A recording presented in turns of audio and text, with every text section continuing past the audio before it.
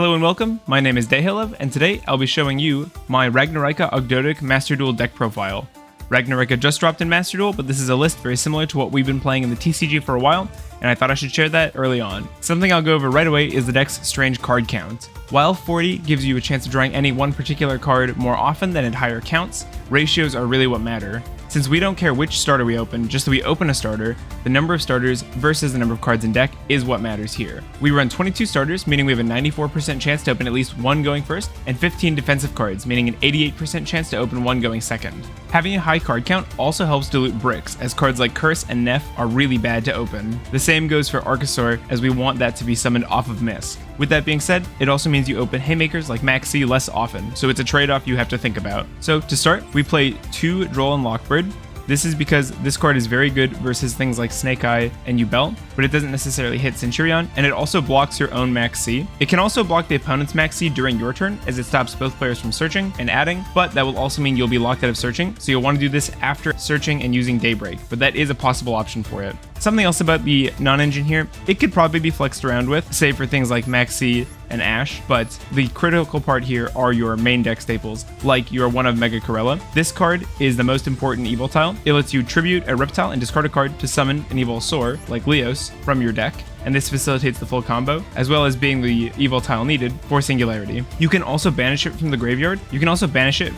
And stick 2 reptile and or dinos under an Evolsaur Xyz monster you have on the field, meaning it can reload an empty Lars. Archosaur, if summoned, can pop a dino and search a reptile with the same level as that dino. Archosaur popping Leos is an easy bridge to get you to your Naya, an important part of the Naya combo. 3 Maxx C, 1 Black Mamba. It is both a searchable extender, a way to mill monsters, and a way to play through Nib. If you want to see how this deck plays and how it plays through Nib and how it sets up its combos, there'll be a link in the description to a new comprehensive guide I've put out, and it is going to include everything you need to know about how to play these lines. 3 Ash Blossom. While this is a good hand trap, this is actually primarily here to stop your opponent's Maxx C. This deck is not a light special summon deck, and so Maxx C is very bad for you, so you want to have every option you can have to stop it. You could play Crossout, I just chose not to, as the one of seemed too inconsistent to rely on. 1 Misk. This protects your dinos, but more importantly, lets you banish from grave to summon your Archosaur from deck. 3 Nunu. This can be a starter and helps set up your Nephilibus into your graveyard, as well as being a powerful extender if your field is empty or you control an Ogdoadic. Just be careful that you get rid of it, as it locks into reptiles while face up on the field. Naya, the most important Ogdoadic, the key to all your combos, searches an Ogdoadic back row when summoned, and can be sent from hand to grave to send a light reptile from deck to grave, which will 90% of the time be Curse. Zoha lets you discard cards to add him back to your hand, meaning he can help unbrick and get cards like Curse, Neff, and Ogdibus to the graveyard, as well as being a reliable level 4 and a perfect complement to Nunu for the Nunu combo.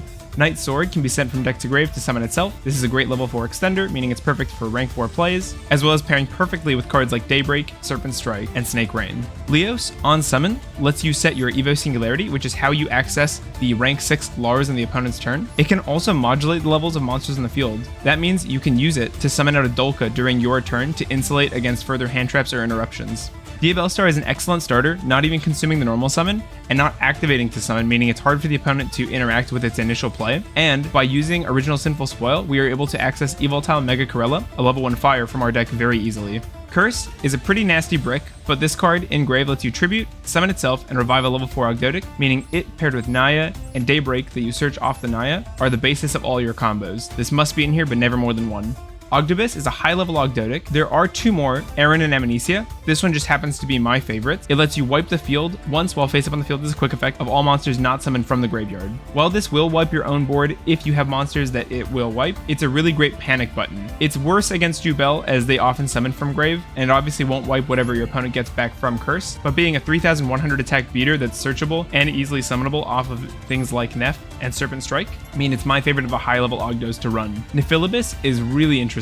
If a monster is sent from hand or deck to grave while this is in your grave, you can revive it, but you're reptile locked for this turn and next. That means you're actually not looking to revive it this way this often, unless you already have an Ogdibus set up and are able to defend yourself that way, or a Slicer lock, as it can easily bring back your Slicer. What you really want to do with this card is revive it with things like Serpent Strike, as then it can let you revive any monster from your graveyard. 2 Nibiru, again, this is great versus most decks. It's just not that good versus Yubel, as they set up a negate, although it still eats up one of their Yubel negates, so it's not worthless. I really like this card, and it's really good at clearing out the opponent if they overextend or don't set up in a smart order. With Maxx C, you can likely draw into one, but you don't necessarily want to open 2 of them all the time. Snake Rain is obviously the one everybody knows. Discard a card, mill 4 reptiles. This is a good starter, but be careful. If this gets ashed, you're down 2 cards and it can be hard to recover. So think hard about when you activate this and if it's even the best starter in your hand. I would say Leos is a more valuable starter. Same for Evolsaur. So this is honestly a good bait. Fossil Dig is a really excellent card, as people will fear this. If this is your first play,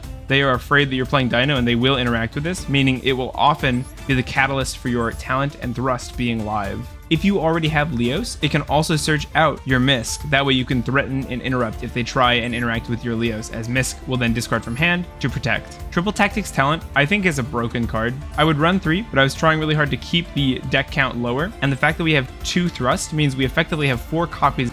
The effect I most often go for is ripping a card from the opponent's hand, but drawing 2 when you have no starters after you've been ashed or something is obviously incredible. Prosp being at 1 hurts, but using it can help you dig into any card you want, be that something like Evenly, a Triple Talents card, or just another starter. Thrust is obviously really good, but it's made even better by the fact that Curse will often put a monster in the opponent's side of the field, meaning going first, you will often be able to just search a normal spell or trap to your hand. Sinful Spoil, we don't get to use the banish effect of this very much, as we don't run any other level 1 fires, but the first effect is powerful enough, being able to directly summon out Mega Corella without consuming the normal summon. Serpent Strike lets you revive reptiles by sending monsters from your hand or field with different attributes than the revived reptile to the graveyard.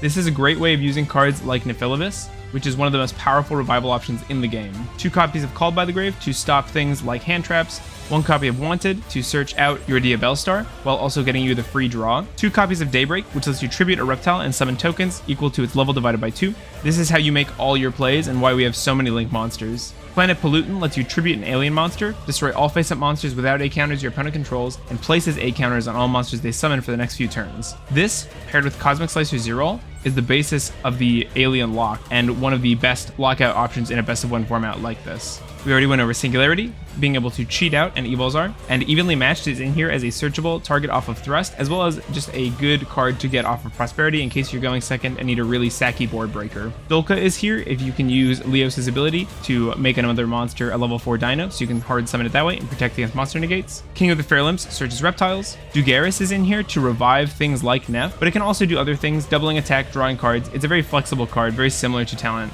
Lars, when your opponent activates a card effect, lets you target a card on their field and negate its effects to the end of the turn. This is not once per chain, and this card is also untargetable by monster effects as long as it has Xyz material.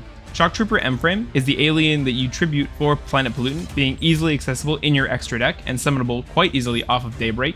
You can also use it to spread A counters, crash, and then when it dies, revive a bunch of reptiles as a kind of panicky suicide option. It's a very good recovery card, but mostly used for that Planet Pollutant tribute. Echidna lets you zero out a monster's attack, and then you can search reptiles up to the number of 0 attack monsters your opponent controls, locking yourself into reptiles for the rest of the turn. That 0 attack is a big deal. That sets up things like access code for very, very easy OTKs, as you only need access plus 1 other body to often clear out the opponent's field without having to pop everything they have. Its summoning requirement is also very easy, only requiring a reptile and any other monster, token or otherwise. SP is here. It can banish things from their graveyard or field. It can tag out. I don't use it all that much.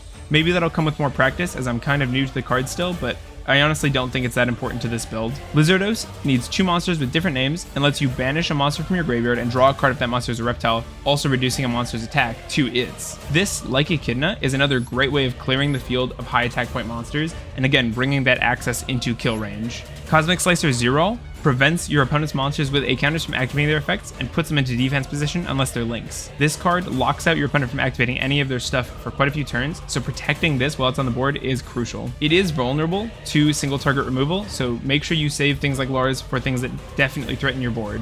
Promethean is obviously crazy, but she's really good in this deck too, being able to revive your Mega Corella if you mill it off of your Daybreak, accessing your Lars even if you didn't start with an Evo monster, or just extending your plays further into things like Chain Coils. The Whale is here just in case you have Promethean, but aren't able to make Chain Coils, having already used it or not having the reptile on board required. Its attack can get decently high, and its graveyard ability is really nice, as any Link 3 or lower monster being destroyed by battle or card effect on the field, yours or your opponent's, lets you destroy a card on the field. Access Code is an amazing finisher. You're often able to link up into Zero, link up into Access, meaning he gains 3,000 attack points, pops a bunch of stuff, and then goes in for lethal with the help of just one other monster, and the reduction of your Echidna and Lizardos. Chain Coils is a Link 4 Fire Reptile, which is probably the best thing about it. It can turn off hand effects, but as we play a decent number of hand traps, you won't use that often. It has to be done sparingly, but its revival effect is really nice, letting you return a reptile insect plant monster from your field to your deck and or extra to summon it from grave. Goddess of the Closed World is a personal pick. I always include this card, but this could be swapped out for something like Appaloosa. This lets you use an opponent's monster for the Link Summon and cannot be affected by their card effects unless they target. It also stops revivals, which is really relevant right now. Lastly, we have Stag Sovereign. This is a Link 5 and lets you, when your opponent special summons from deck and or extra deck, pop 2 monsters in the field. It isn't targeting, but it must pop 2, so you have to be careful when you use this, and it has the same revival effect as your Chain Coils. If you want to see this deck in action, I'll also leave a link to a stream we did recently on the day Raika was released in Master Duel. That's all for me. Thanks, and I'll see you next time.